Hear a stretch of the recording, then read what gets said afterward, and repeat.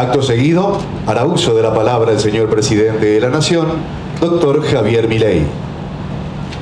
Buenos días, muchísimas gracias por esta invitación y es un placer enorme para mí estar en este lugar donde además se congrega el sector productivo no solo más fuerte de la Argentina, sino que es el más productivo de todo el mundo. Porque como dije siempre, con la carga fiscal que tienen, que puedan seguir produciendo, es fruto de un milagro. Y ese milagro es porque son los mejores del mundo. Así que en primer lugar, felicitaciones a todos los héroes que se encuentran en este lugar y que son el corazón de la Argentina.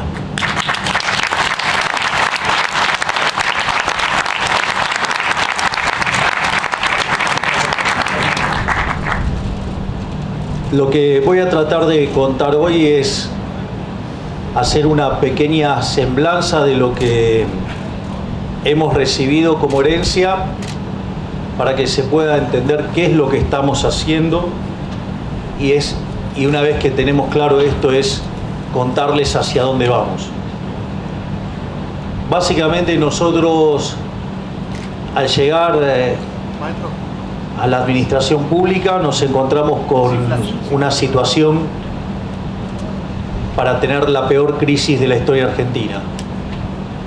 Combinábamos elementos sociales peores que los que teníamos en la previa del 2001, combinábamos desequilibrios monetarios peores que los que teníamos en la previa del Rodrigazo y teníamos una situación en el Banco Central peor que la que teníamos en el año 89 previo a la hiperinflación. Por lo tanto, estaban dadas todas las condiciones para que tuviéramos la peor crisis de toda la historia argentina. Si uno lo quiere medir desde otro lugar, cuando un país tiene déficit gemelo por 4% del PBI, esa es una situación complicada. Cuando tiene 8 puntos del PBI de déficit gemelos, está al borde de una crisis fuerte. Nosotros heredamos una situación de déficit gemelos por el equivalente a 17% del PBI. Es decir, una situación verdaderamente al borde de una catástrofe. Si bien toda esta situación es tremendamente compleja, también es cierto que nosotros no ignorábamos que llegar al poder no iba a ser en una situación cómoda, si no, digamos, hubieran seguido los populistas, es decir, si hubieran tenido todas las cuentas en orden, hubieran seguido, ¿no? Entonces también hay que entender que el hecho de que haya podido llegar una expresión liberal tan pura y tan definida como la que representamos nosotros, en ese sentido no iba a llegar en condiciones normales, sobre todo, digamos, un país que está contaminado y putrefacto de socialismo por más de 100 años, ya sea de malos o de buenos modales, o de los políticamente correctos que terminan siendo cómplices de los delincuentes, porque parece que no aprendieron que es la paradoja de Popper, que no se puede ser tolerante con los intolerantes. En ese contexto, básicamente, esos déficits gemelos que nosotros enfrentamos, de esos 17 puntos, 15 estaban concentrados en el déficit consolidado de la nación, 5 en el Tesoro y 10 en el Banco Central. Entonces, en ese contexto, además, la tasa de inflación, que el año terminó por encima del 200%, durante la primera semana de diciembre los precios venían creciendo al 1% diario. Eso es equivalente aproximadamente a 3.700% anual. Cuando uno toma las 2 primeras semanas de diciembre, se ve una aceleración que lleva la tasa anualizada al 7.500% anual. Y cuando uno miraba las características de la inflación a lo que venía viajando, el sobrante monetario y los problemas en el Banco Central, la tasa de inflación, digamos, de darse un colapso de la demanda de dinero, podía acelerarse a niveles del 15.000% anual. esto que parece una locura, en realidad, cuando ustedes miran la inflación mayorista de diciembre, dio 54%. Si ustedes toman 1,54 y la elevan a la 12, que es anualizarlo, ustedes se van a encontrar que la inflación venía viajando al 17.000%. Es decir, y todo esto hubiera sido posible hacerse realidad si nosotros hubiéramos convalidado monetariamente. Es decir, aquellos desorbitados, por decirlo de manera elegante, en términos de apreciaciones del funcionamiento de la economía, que dicen que esto se arregla con déficit fiscal y con emisión de dinero, era la carta a la mega crisis más grande de la historia argentina. Es decir, hubiéramos no solo ido a una hiperinflación brutal, sino que además hubiéramos llegado a niveles de pobreza en torno al 95%, con lo cual imagínense qué sería de este país en este momento. Por lo tanto, la única forma que ustedes tenían de parar esto era cortando de cuajo la emisión monetaria. En ese sentido, si ustedes se fijan, si bien era muy grande el problema que teníamos en el Tesoro, con 5 puntos de déficit fiscal, mucho más grave era el problema que teníamos adentro del Banco Central, que son 10 puntos de déficit fiscal. En ese sentido, nosotros más bien lanzamos un programa de estabilización hiperortodoxo, donde básicamente lo que hacemos es atacar la cuestión fiscal haciendo un ajuste fiscal cuyo objetivo era llegar al déficit cero a fin de año, sanear el Banco Central y sincerar el mercado de cambios, donde la brecha estaba en torno al 200%. En ese sentido, nosotros empezamos un conjunto de recortes muy fuertes. Básicamente echamos a 50.000 empleados públicos, dimos de baja 200.000 programas sociales que se habían entregado de manera irregular, cortamos de cuajo la obra pública, cortamos de cuajo las transferencias discrecionales a las provincias, es decir, y obviamente que también hubo licuación, eso es obvio que hubo licuación. Y por otro lado empezamos el saneamiento del Banco Central. Nosotros recibimos el gobierno con 11.500 millones de dólares negativos en términos de reservas netas, y el sinceramiento cambiario que hicimos hace que hoy nosotros tengamos 9.000 millones de dólares comprados desde que iniciamos la gestión. No solo eso, sino que además ese objetivo que nosotros teníamos de alcanzar el déficit cero, pero déficit cero en serio, en términos financieros, que pensábamos alcanzarlo hacia fin de año, cuando empezamos a ver cómo venían evolucionando los números, en ese contexto vemos que podíamos llegar al equilibrio primario en enero y al equilibrio financiero en el mes de marzo. Eso a nosotros nos daba una seguridad muy importante y nos daba mucha confianza. Piensen que Argentina desde los últimos 113 años tuvo déficit fiscal en 113. De las 22 crisis que tuvo, 20 tienen origen fiscal. Por lo tanto, digamos, el eje central del problema que había que atacar era el tema del déficit fiscal, que después lo voy a abordar desde otro lugar. Entonces decidimos aplicar una política súper dura, digamos, eliminar la obra pública, como le dije, digamos, eliminar las transferencias discrecionales, pisamos partidas, no le sacamos un mango a nadie, que se sepa, digamos, no se dejen engañar por los mentirosos que son gastadores compulsivos. Y en ese contexto, ¿por qué es importante el déficit cero? Porque el déficit cero implica que yo no voy a tomar más deuda, es decir, solamente tengo que rolearla. Ahora, si la deuda entonces no me va a crecer más, con que el producto no caiga, eso me deja constante la relación deuda-producto. Entonces, si la relación deuda-producto queda constante o cae, el país pasa a ser solvente. Es una forma de asegurar de manera profunda la solvencia intertemporal. Y eso, además, después redunda en bajas de la tasa de interés porque cae el riesgo país, y eso hace que cada vez haya más espacio, ya sea o para gastar, no es mi caso, pero sí para bajar impuestos. Entonces, en ese contexto, lo que nos sorprendió es que alcanzamos el resultado positivo en términos financieros en el primer mes.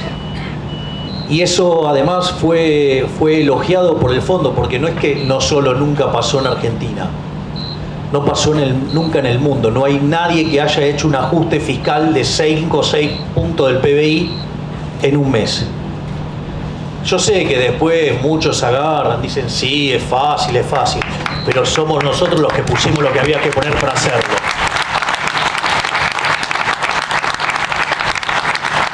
Te salió bien el alumno. Siempre supera al maestro. En pelo seguro. Un poquito de bullying viene bien. Muy bien. Entonces, eso fue algo muy importante. No solo eso, sino que además empezamos con el proceso de saneamiento del balance del Banco Central. Esto es muy importante para tener en cuenta. Fíjense, a nosotros la cantidad de dinero se nos dispara por distintos elementos. Por un lado, porque compramos 9.000 millones de dólares.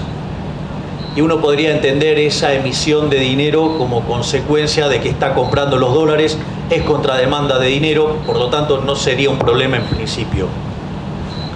Pero también se nos dispara la emisión de dinero por unos puts que habían utilizado en el gobierno anterior, digo, como mecanismo para mitigar el tipo de cambio, y por otra parte se nos dispara también la emisión monetaria por la remuneración de los encajes, ¿sí? Digamos, que son los pases en realidad, y que en realidad son los herederos de las LELIQs. Vean la crueldad de lo que dejó el gobierno anterior, que todo lo que era 3 veces la base monetaria, que eran las LELIQs, cuando nosotros asumimos, de LELIQs habían pasado a pase, es decir, de ser operaciones de 30 y 60 días pasaron a un día. Eso para que vean que la crisis la teníamos en la cara, al margen que a los 11 días de asumir teníamos un vencimiento con el Fondo Monetario Internacional y no teníamos dólares en el Banco Central. Entonces, en todo ese concepto, fíjense que a pesar de todo eso, en el periodo desde que nosotros estamos en el gobierno, la base monetaria no varió. Aviso porque, digamos, quizás un día, digamos, hay operaciones, salta y después se compensa. Digo, porque no falta, digamos, esos puristas que entonces justo encuentran el día donde hay un vencimiento, cambia la composición y después se ajusta al otro día, pero claro. Entonces, la base monetaria está clavada en 10 billones, pero ¿qué es lo importante de todo esto? Porque absorbemos vía el fisco y absorbemos vía el BOPREAL. Que dicho sea de paso, el gobierno anterior nos dejó cerca de 50.000 millones de dólares de deuda con importadores que paralizaba las importaciones, ¿no? Y lindo negocio que se habrán hecho con la CIRA, ¿no? Porque compraban al oficial cosas que si lo hubieran hecho al paralelo les costaba bastante más caro. Entonces, en ese sentido, lo que a nosotros nos sucede es que ahora, bajo esta situación donde por vía del fisco y por vía de BOPREAL absorbemos dinero y dejamos constante la cantidad de dinero, significa que nosotros seguimos teniendo los mismos pasivos monetarios en términos de base monetaria, pero sucede que ahora tenemos 9.000 millones de dólares más. Por lo tanto, ustedes lo que ven es que el sistema está muchísimo más sano. Es decir, ahora esos 10.000 millones esos 10 billones tienen como contrapartida 9.000 millones de dólares que hemos comprado. La consecuencia de este conjunto de medidas se tradujo en una fuerte caída de la inflación. Si ustedes recuerdan los números que le estábamos pasando, cuando estábamos en la tercera semana se había acumulado 30% de inflación ya. Digo, cuando uno mira los indicadores de alta frecuencia ve eso. Por lo tanto, a mí en un fin de semana me hace una nota Gabriel Anelo y me dice, ¿qué pasa si da 30? Y le dice, da 30 es un numerazo porque significaba que la última semana la inflación había dejado de correr. Y la realidad es que cuando terminó dando 25 fue la verdad que verdaderamente un éxito, porque significa que además los precios se habían retrotraído a la segunda semana. Después, digo, con los problemas de la estacionalidad de enero, si hubiera dado 25 era un buen dato, y dio 20. Y todo pareciera indicar que este mes, a pesar de la suba de las prepagas, a pesar de la suba de tarifas, a pesar de todas estas cuestiones, parece que va a estar en torno al 15% según el consenso de mercado. Es decir, que el proceso de desinflación sigue fuerte, que si ustedes toman la inflación sin mirar los regulados, la inflación de hecho está viajando al 10, si toman alimentos está al 9, es decir, hay un claro proceso de desaceleración inflacionaria. A su vez, la fortaleza que estamos mostrando con los números fiscales, nosotros en enero, para conseguir ese resultado positivo en términos financieros, la caída real del gasto fue del 30%, le cuento que febrero cayó 36%. Es decir, que el ajuste fiscal sigue. Es decir, tiene motosierra y tiene licuadora. Pero les digo algo, la licuadora también es un paso para que, si eso ustedes lo sostienen de largo, también se convierte en motosierra. Entonces, en ese contexto, lo que ha pasado es que después de mucho tiempo el riesgo país cayó a niveles de 1500. La brecha ha desaparecido por completo. Si ustedes toman el tipo de cambio importador y le aplican el impuesto país, les da un tipo de cambio cercano al 1050, y cuando toman los números de ayer era 9.95 y 1015, o sea que ha desaparecido la brecha. Y cuando si ustedes recuerdan, en algún momento se empezaba a cuestionar que había que cambiar la política monetaria, que había que cambiar el crawling peg, y sin embargo hoy tienen toda la curva de futuros alineadas con la política monetaria planteada por el Banco Central. Por lo tanto, o sea, el proceso de estabilización está funcionando muy fuertemente, y una de las cosas que sucede es que, esto es importante, la inflación es siempre y en todo lugar un fenómeno monetario que se genera por un exceso de oferta de dinero. Esto es, o porque sube la oferta o porque cae la demanda, o pasan las dos cosas a la vez, y eso hace que todos los precios expresados en unidades monetarias suban. Como el dólar es un precio más de la economía, pero es además un activo financiero, sube primero. No existe eso del pass-through, no existe, digo, esos son abusos de la matemática. En realidad, lo que está es la pérdida de poder adquisitivo del dinero, y si muchos economistas, en lugar de estudiar tanto keynesianismo, hubieran estudiado el efecto Hume-Cantillon, sabrían que suben de acuerdo a distintas etapas. Entonces, básicamente, lo que ustedes tienen es que eso es el efecto de que es un activo financiero y pica primero. Y esto es muy importante, porque esto quiere decir que en algún momento los precios nos vamos a encontrar con que la tasa de inflación se va a derrumbar. Es decir, en algún momento la inflación se va a derrumbar. ¿Y dónde está el sentido de esto? Bueno, miren, si ustedes miran la base monetaria a lo largo del siglo XXI, eso les da un promedio de 9% del PBI. Hoy la base monetaria es 3. Es decir, y si ustedes tomaran la amplia, es 9. Es decir, pero para ir a la amplia se tendría que dar una situación de corrida donde todo el mundo quisiera salir de... Y la realidad es que el tamaño del sistema financiero es muy chico. Digamos, el préstamo al sector privado no financiero es 4% del PBI. Y cuando ustedes toman los depósitos, la gran mayoría de las cuentas vinculadas a los depósitos tienen que ver o con los sueldos o con el working capital de las empresas. Con lo cual no hay mucho rango para corridas y nada por el estilo. Es decir, entonces lo que estaba contando era cómo las variables financieras estaban repercutiendo positivamente. Hemos presenciado un desplome del riesgo país entrando en la banda de los 1.500 puntos básicos. Hemos llegado a tocar niveles como los que en algún momento había tenido el gobierno de Macri. Los bonos habían estado cerca de $50. La curva de futuro del dólar está en línea con la política monetaria llevada a cabo por el Banco Central. Y todo eso, digamos, además se manifestó en una tremenda caída en el precio del dólar, motivo por lo cual todo esto está anticipando que hay luz al final del camino y que en algún momento la tasa de inflación se va a empezar a desplomar.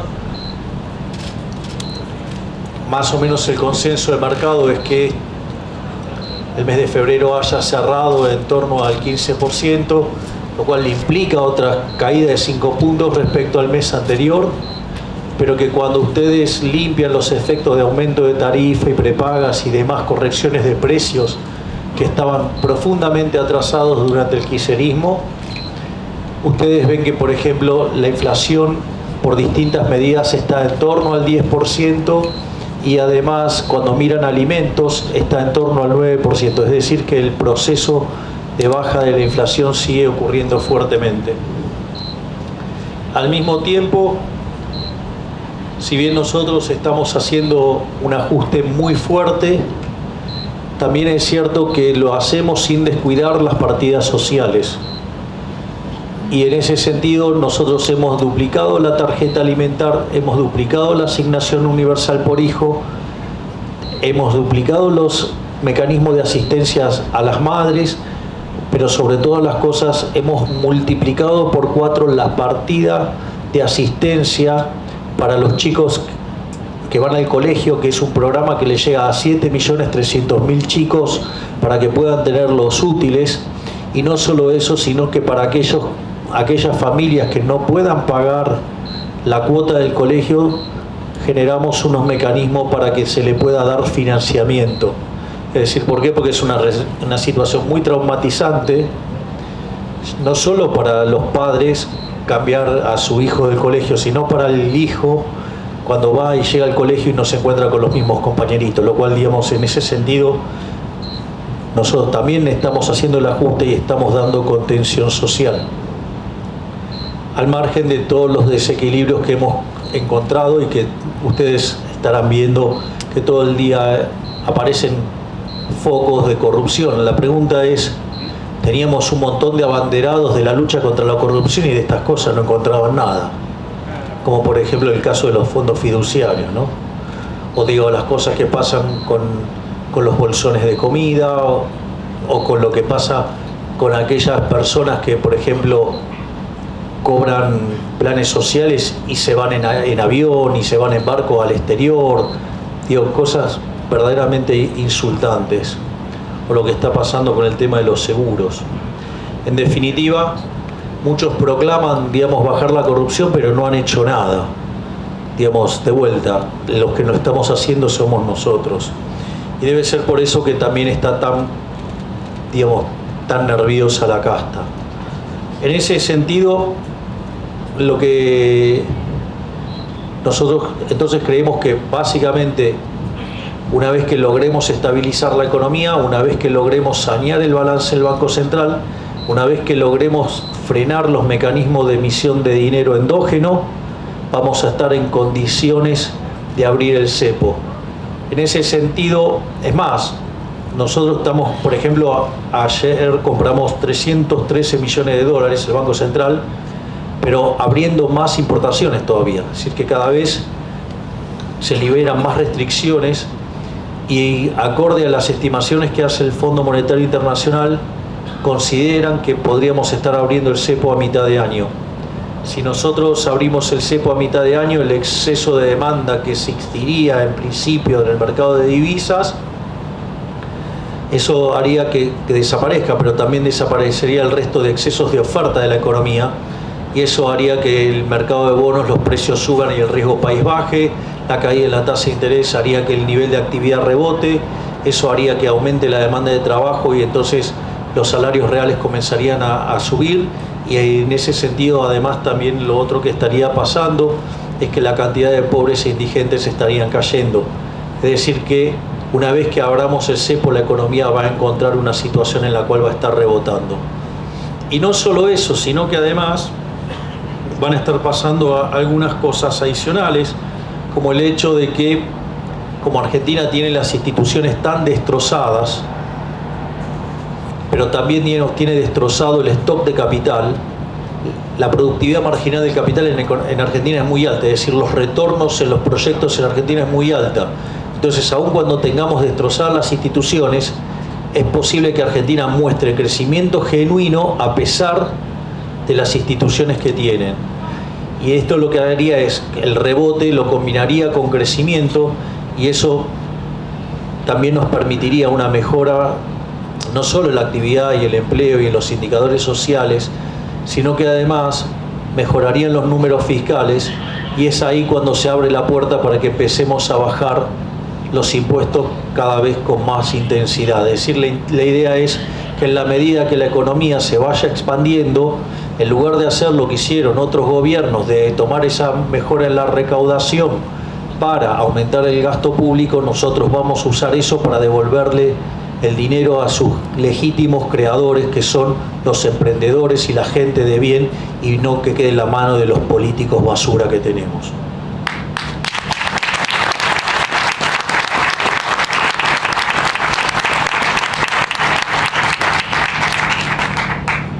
Por otra parte, otra cosa que es muy importante desde mi punto de vista es lo que propusimos en materia de reformas estructurales. Nosotros básicamente enviamos poco más de 1000 reformas estructurales, es decir, parece mentira, pero nosotros todavía no llegamos a 3 meses de gobierno e hicimos todas estas cosas. Y bueno, era esperable que fuera algo intenso, ¿no? Entonces, como de quién viene. Entonces, en ese sentido, nosotros enviamos un decreto de necesidad y urgencia, y a su vez enviamos la ley de bases y punto de partida para la libertad de los argentinos, donde básicamente la lógica del entramado regulatorio argentino tiene que ver con el hecho de atacar siempre los efectos y no las causas. Se los planteo con un ejemplo muy concreto. Argentina tiene déficit fiscal. Cuando se queda sin financiamiento, ¿qué es lo que hace? Recurre a la emisión monetaria. Cuando recurre a la emisión monetaria, por ejemplo, empieza a tener un deterioro en el sector externo. Ese deterioro en el sector externo, porque fijan el tipo de cambio, se manifiesta en pérdida de reservas. Entonces, ¿qué hacen? No sé, ley penal cambiaria, controles de capitales. Como los precios siguen subiendo, entonces ponen básicamente controles de precios. Como los controles de precios generan desabastecimiento, ¿qué es lo que hacen? Ponen una ley de abastecimiento. Es decir, si ustedes se fijan, hay un montón de controles donde, si ustedes rastrean el origen, siempre es el mismo, que es el déficit fiscal, y que uno lo puede financiar de 3 maneras distintas. Lo puede financiar con endeudamiento, y después Argentina termina siendo el máximo defolteador serial de la historia moderna, o lo financia con emisión monetaria y terminamos quitándole 13 ceros a la moneda, le podríamos quitar 3 más, destrozando 5 signos monetarios, ¿sí? O con subir los impuestos y tener la presión fiscal formal más alta del mundo y hacer que el país sea inviable. Entonces, cuando aparecen los efectos no deseados, o sea, los políticos, en lugar de corregir el origen del problema, que es el déficit fiscal, No, lo que hacen es atacar las causas. Y ahí aparecen todos estos engendros regulatorios que buscan atacar, ¿sí?, no las causas sino los efectos. Y es por eso que entonces Argentina tiene un entramado regulatorio que es invivible. Y lo que nosotros hicimos, tanto con el DNU como la ley de bases, es tres cosas. Una es devolverle libertad, ¿sí?, a los ciudadanos. Es decir, en Argentina, no sé, por ejemplo, el mejor ejemplo era la Ciudad Autónoma de Buenos Aires. O sea, ¿nuestro criterio cuál es? Nuestro criterio es que todo está permitido salvo lo que está prohibido. Bueno, cuando ustedes iban a la Ciudad Autónoma de Buenos Aires, ¿sí?, en realidad todo estaba prohibido salvo lo que le permitía el burócrata. Y eso además son un montón de kioscos. Entonces, digamos, a los políticos también les gustan las regulaciones, porque justamente son un montón de kioscos. Y todos esos kioscos generan peajes que hacen que, digamos, estos tipos se enriquezcan ferozmente a costa del trabajo de los argentinos de bien. Entonces, lo otro que nosotros propusimos es ir hacia mercados más competitivos. Es decir, no cambios de estructura de mercado que sean pro empresa, porque el fascismo también es pro empresa. O sea, entonces un empresario prebendario con un político corrupto se ponen de acuerdo para reventar a los ciudadanos con privilegios. No, eso no es una solución. La solución es que los mercados sean pro competencia. Entonces nosotros hemos trabajado abiertamente en ir hacia mercados más competitivos. Y no solo eso, sino que además hemos decidido atacar los focos de corrupción. Y claro, y eso también es un problema porque implica tocarle los kioscos a los políticos, ¿sí?, o a sus socios, digo, lo que yo llamo la casta, ¿no? O sea, porque no solo son los políticos ladrones, son los empresarios prebendarios, son los sindicalistas que, digamos, traicionan a sus trabajadores, son los medios ensobrados, ¿sí?, y son los profesionales funcionales, ¿sí?, a la religión del Estado. Digo, está lleno, digamos, de imbéciles que pasean por canales de televisión defendiendo los negocios de los políticos. A veces no sé si lo hacen de imbéciles, de incapaces, de no formados, o porque efectivamente son, digamos, parte del propio sistema que defiende al mismo sistema. En ese sentido, el DNU en su gran mayoría está funcionando, solamente están paradas dos partes, que es la parte de la reforma laboral, y por otra parte está frisado el caso de las sociedades deportivas, digo, lo cual es increíble, digo, porque es opcional, no es que digo es obligatorio que sean privados o que sean empresas, pero es tal el nivel de socialismo que tiene en la cabeza la gente que ni siquiera puede entender la diferencia de que sea opcional. O sea, no entienden vivir en libertad. Entonces, en ese contexto, nosotros, por ejemplo, en este momento tenemos la intención del Manchester City de comprarse de uno de los clubes grandes de la Argentina. O sea, haciendo inversiones monumentales y sin embargo, digamos, está todo parado. Y porque además, digamos, también los clubes que son cuasi empresas, pero están, digamos, o sea, veladas, todos tienen miedo porque después, si no, el referee le cobra en contra. Todo un sistema de corrupción tremendo. Y por otro lado, es muy interesante lo que pasó con la ley bases. Nosotros ahí hubo algunas etapas. Tanto el DNU como la ley bases no afectan a la coyuntura, lo que afectan es a la tasa de crecimiento a largo plazo. Es decir, en lugar de tardar, no sé, 35 años en duplicar el PBI per cápita, lo podemos duplicar en 7.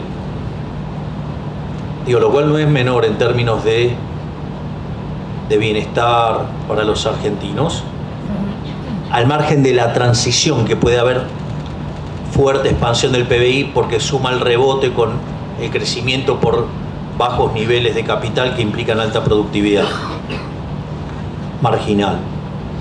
Entonces, en ese sentido, esos dos instrumentos lo que hace es levantar la tasa de crecimiento de largo plazo. Y lo que nos pasó es que nosotros, teniendo conciencia del problema fiscal que tenían las provincias, nosotros, como un gesto de buena voluntad, a la ley de bases le metimos un elemento de coyuntura que era el capítulo 4, que era el capítulo en el cual nosotros le ofrecíamos a la provincia arreglarles el problema. Las provincias no leyeron bien ese acto de buena voluntad, lo entendieron como un acto de debilidad política, y como consecuencia de ello, no solo que se estaban quedando con un punto del PBI que le arreglaba el problema fiscal, sino que además quisieron quedarse con un punto adicional del PBI, sacándoselo a Nación, obviamente, y entonces proclamaban sí el déficit cero, pero gastando más. Era verdaderamente obsceno el planteo. Y además se pusieron a tocar con partidas de gasto público que, digamos, recaen sobre Nación, que nos dinamitaban las finanzas públicas. Consecuentemente, si nosotros manteníamos el capítulo 4 así, nos estrellábamos a los 6 meses. Como consecuencia de ello, digamos, de esos abusos que cometieron y ese error de visión que tuvieron, nuestra respuesta fue: sacamos el capítulo 4. Y naturalmente que cuando sacamos el capítulo 4, Caputo no es que fue a prepiarlos. Dijo, bueno, ahora el ajuste lo van a tener que hacer ustedes solos. Entonces esa primer lectura estúpida que hizo el Círculo Rojo de que nosotros habíamos perdido, miren cómo ahora todas las provincias están, digamos, deseosas de arreglar el capítulo 4. Porque tienen que ajustar y no quieren ajustar. Y hemos tenido varios episodios donde muestra que tienen que ajustar y no quieren ajustar. Entonces, ahora se ve quién verdaderamente perdió con eso. Pero no solo eso, sino que además cuando entramos en la ley base, donde nosotros, de los cerca de 700 artículos, terminaron quedando como 550, para los que dicen que nosotros somos absolutamente inflexibles. Lo que pasa es que es cierto que nosotros somos inflexibles.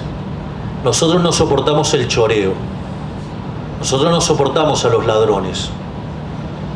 Y más, les voy a contar algo. Una de las cosas que pasaba cuando yo era diputado y que era criticado por los medios de comunicación, injustamente, obviamente, yo, digamos, siempre votaba en general y cuando se votaba en particular me levantaba. Porque yo no me prestaba al robo de la política de negociar el particular, que es donde negocian el choreo.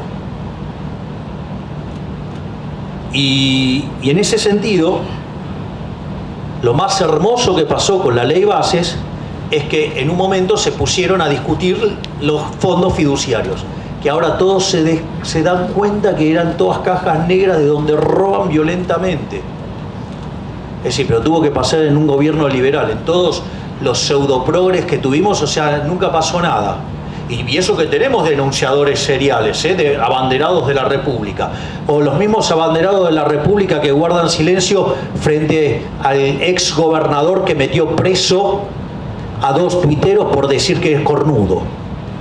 Pero siguen callados, todavía no tenemos noticia. Y eso solo que, no solo, digamos, o sea, dejaron hiperinflaciones, dejaron el país al borde de la quiebra, se aliaron con el kirchnerismo y hicieron todo eso, y encima tienen el tupé de venir a hablar y decir cómo hacer las cosas.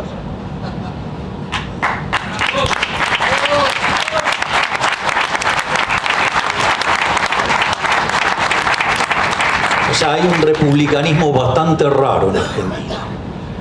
Y en ese sentido, cuando apareció la discusión de los fondos fiduciarios, explotó toda la porquería. Y de vuelta, digamos, como gran parte del Círculo Rojo no la ve, ya sea o porque tiene intereses cruzados con el gobierno o no le gustan los liberales o lo que fuera, vendieron de que era una derrota. De vuelta no entendieron nada. Cuando yo decido levantar la ley base desde Israel, ahí el punto central es el siguiente: los dejé de manifiesto. Es decir, quedaron todos los ladrones a la vista.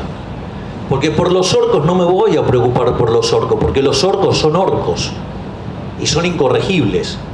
Pero por lo menos son delincuentes que no se ocultan, no pretenden ser tratados como señores, porque saben que son delincuentes y no les molesta mostrarse como delincuentes. El problema son los delincuentes de guantes blancos que pretenden ser tratados como señores y no lo son, y que se muestran como abanderados del cambio, pero cuando llega el tema de la guita, ahí dejan de ser los señores que son.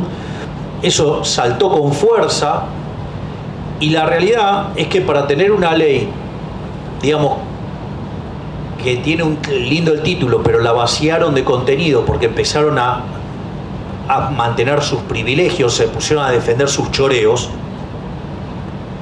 yo preferí levantarla. ¿Y qué es lo mejor de todo esto? Quedaron en evidencia. Digo, me encanta porque, digo, desde los medios de comunicación se pasaron escrachándome a mí con que voté en algo o no voté en algo. Ahora sucede que cuando nosotros mostramos lo que votaron todos estos delincuentes, traidores, mentirosos, a eso era fascismo. Porque si las votaciones son públicas. Si me permite, señor presidente, un agregado de lo que usted dice. De los incisos más votados negativamente en esa sesión, los dos incisos más votados negativamente fueron el de los fondos fiduciarios y la posibilidad de que el gobierno nacional privatizara empresas públicas. Más claro, le echan agua, ¿no? Es decir, porque las empresas públicas son aguantaderos, ¿sí?, de la política, la usan como caja de la política, digamos, y la llenan de empleados. O por ejemplo, ahora, digamos, están llorando por Telam. Hay un delincuente que dice, ay, cierra Telam, como si fuera importante en términos de gasto público. Yo diría, si no es importante, ¿por qué no la pone de la de él? No, la de él no. Ese mismo delincuente, ¿sí?, dice que en realidad habría que hacerla eficiente. Todo estatista que los quiere robar habla de la eficiencia que tendrían que tener las empresas del Estado. Mire, hay un libro de Milton Friedman con Rose Director, o sea, con la que fue su mujer, después, que se llama Libres para elegir. Entonces tiene un capítulo donde habla del gasto público y dice las 4 formas de gastar. Usted puede gastar su dinero en usted o en otros, y puede gastar el dinero de otros en usted o en otros. Entonces dice, cuando usted gasta el dinero de uno mismo en uno mismo, y bueno, digamos, sabe qué quiere gastar, sabe, digamos, lo que le costó gastarlo, usted maximiza el beneficio, o sea, la cuida rajatabla. Ahora usted puede gastar el dinero suyo en otros. Bueno, es cuando hace regalos. Trata de quedar bien con lo menos posible, minimiza el costo. La otra es gastar la de otros en uno. Y bueno, ahí, digamos, comen en el restaurante caro, toman. Digo, o por ejemplo, se gastan un palo verde por mes yendo en helicóptero a todos lados, el que yo no uso. Por ejemplo, uno de los tantos ahorros. Podés contar, digamos, la calidad de la comida. No, porque en la administración anterior, en donde estoy viviendo, se almorzaba y cenaba con champán Cristal todos los días. Digo, si vienen a la quinta, no lo voy a recibir. Lo único que les puedo ofrecer lo único exótico que les voy a ofrecer es que les puedo, compartir el kéter que tomo en Shabbat, nada más. Kéter es un jugo de uva que se toma en Shabbat, para los que no tomamos alcohol. Después, entonces lo otro que Entonces, ¿cuál es la peor forma de gastar? Y la de otros en otro, que es lo que hace el Estado. Por lo tanto, nada de lo que pueda hacer el Estado lo puede hacer bien. Aparte, digo, por lo tanto, o sea, no, nada que haga el Estado lo va a hacer bien. Pero además, si yo digo, ahora supongamos que, no sé, por algún milagro en algún lugar del mundo existiera ese caso donde funciona eficientemente, que es lo que defienden estos estatistas, bueno, al menos no es el caso argentino. O sea, eso en Argentina no se verificó en ningún caso. Y después, este mismo delincuente criticó el tema de la forma en la cual se cerró. Entonces, ¿ustedes se imaginan esa propuesta de dejar abierto el edificio de Telam y que tomen el edificio? Es decir, no solo que es una violación a la propiedad, sino que además, o sea, hubieran estado todos parapetados ahí adentro, hubiera sido un problema enorme.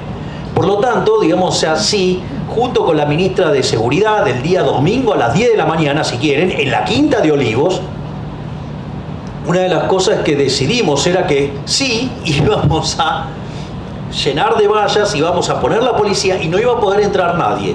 Y les digo más, existía la posibilidad de que hubiera conflicto físico.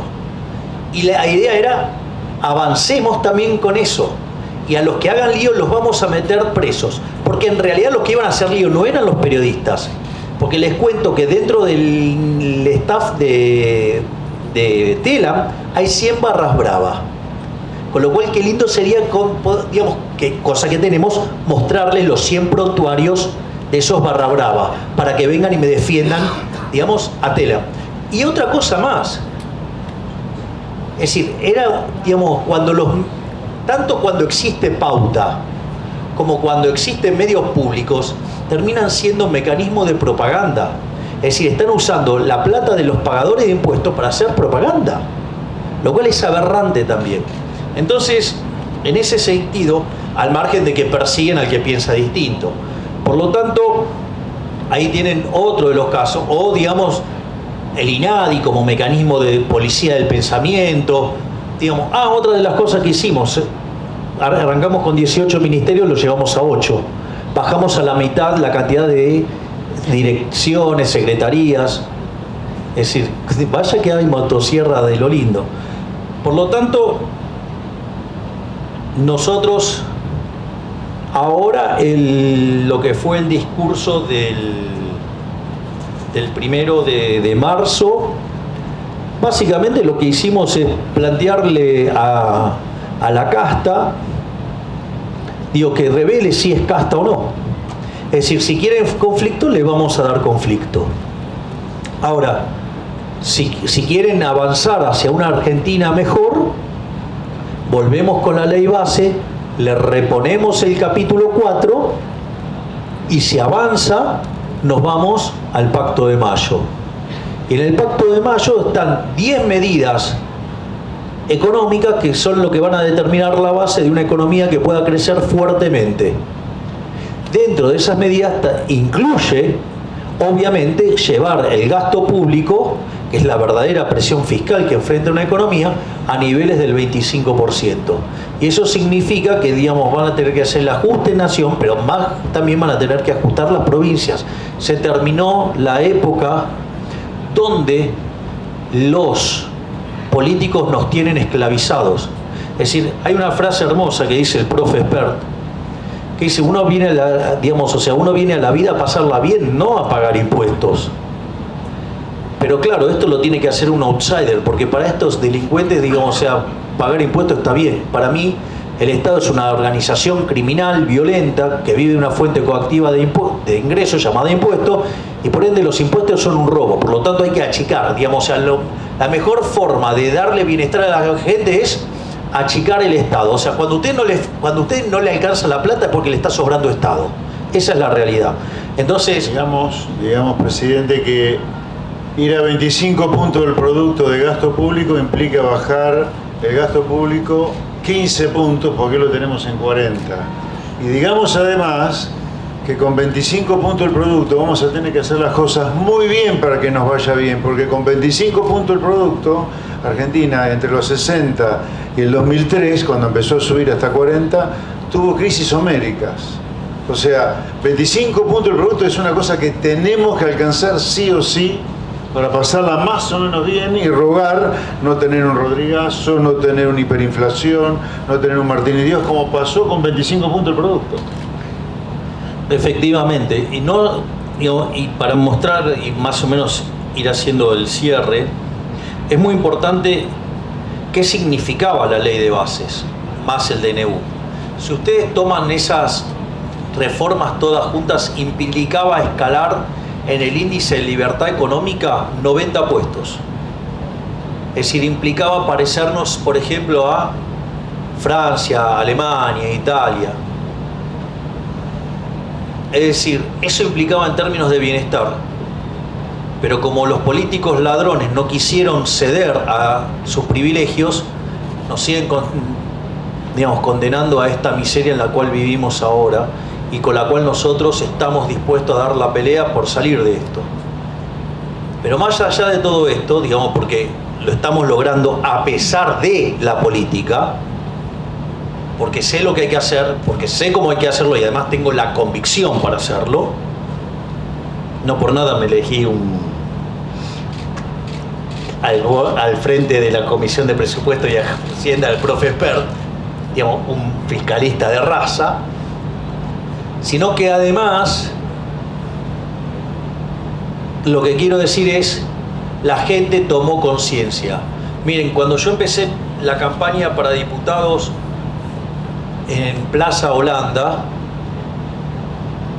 terminé el acto diciendo que yo no venía acá a guiar corderos, sino que venía a despertar leones. Y ¿saben qué es lo más lindo de todo? Que los leones empezaron a despertar. ¿Saben cuál es el máximo cachetazo que se comieron la casta política el otro día? 51 puntos de rating y 2,5 millones de personas mirando por YouTube. ¿Sabe qué?